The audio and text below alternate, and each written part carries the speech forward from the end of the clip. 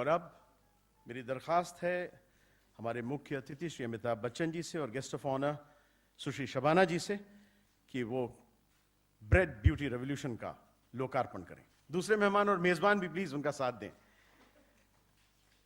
Bread beauty revolution friends.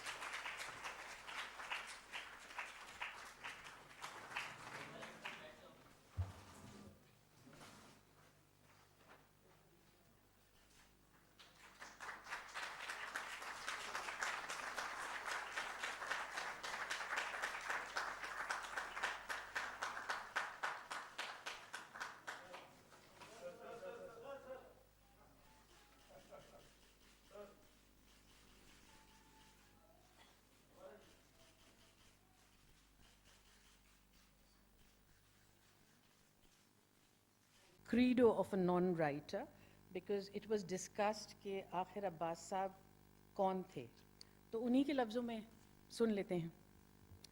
The novelists say Khaja Ahmed Abbas is no novelist. He's only a short story writer.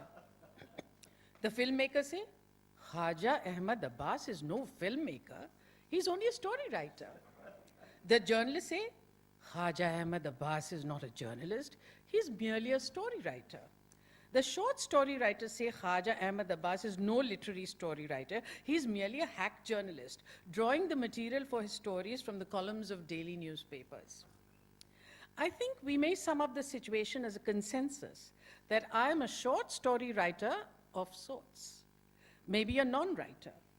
The critics have sometimes sneeringly labeled my short stories and even my novels, one of which, Inqilab, took me 7 years to write, as mere journalese.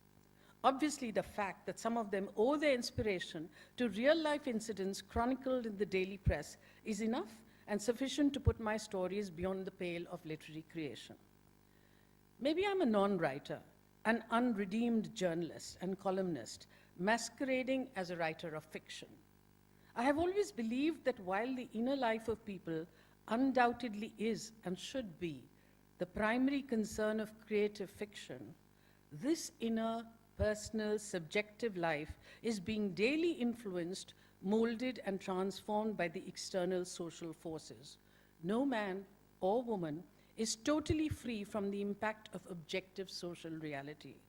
This interaction of the individual and the social forces operating around him is of particular interest to me, and it has inspired, provoked, or colored most of what I have written. So typically, Khaja Ahmed Abbas. I just Hindustani. And so, even if that is a passage he wanted to read, I've stolen it.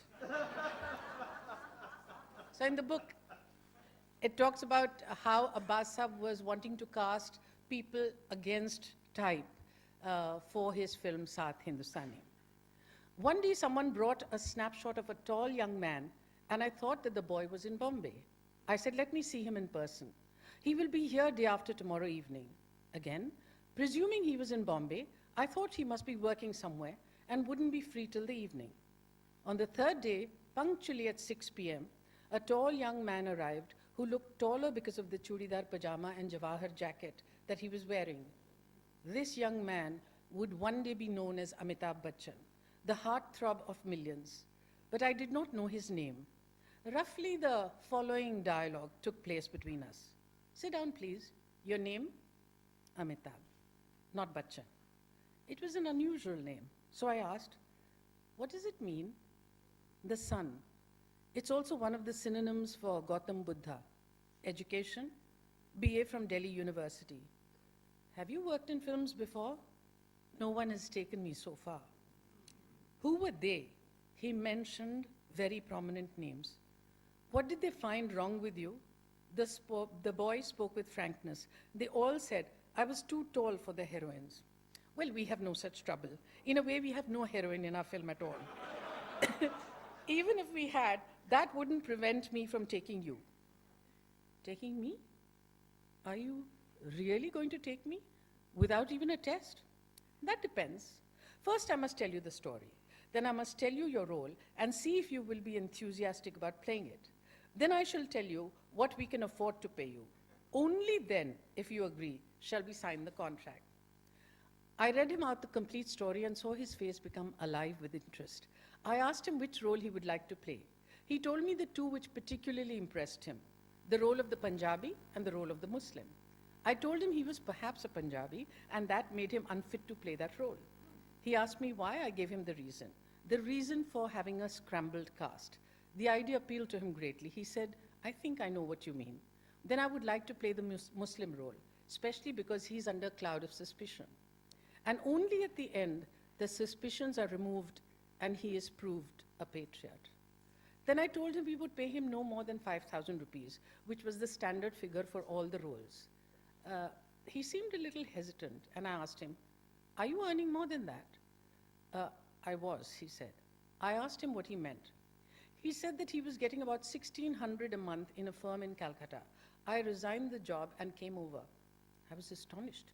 You mean to say that you resigned a job of 1,600 rupees a month just on the chance of getting this role? Supposing we can't give the role to you?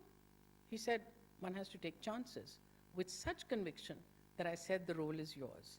Then I called my secretary, Abdul Rahman, to dictate the contract. I asked the tall young man for his name and address. Amitabh, after some hesitation. Amitabh Bachchan, son of Dr. H.R. Bachchan. Stop, I said. This contract cannot be signed until I telegraph and get your father's consent. He's a colleague of mine on the Soviet Land Nehru Award Committee. I wouldn't like to have a misunderstanding with him. I'm afraid you will have to wait for 2 more days. You can ask my dad, but frankly, do I look like a runaway? I told him that runaways don't have any particular look. So I dictated, instead of the agreement, a telegram to Dr. Bachchan in New Delhi and asked him if he was willing to let his son become an actor. 2 days later, a telegram came reading, no objection where you are concerned. This is the whole story about how Amitabh Bachchan came into films. That was, of course, after Saeeda Appa had already discovered him.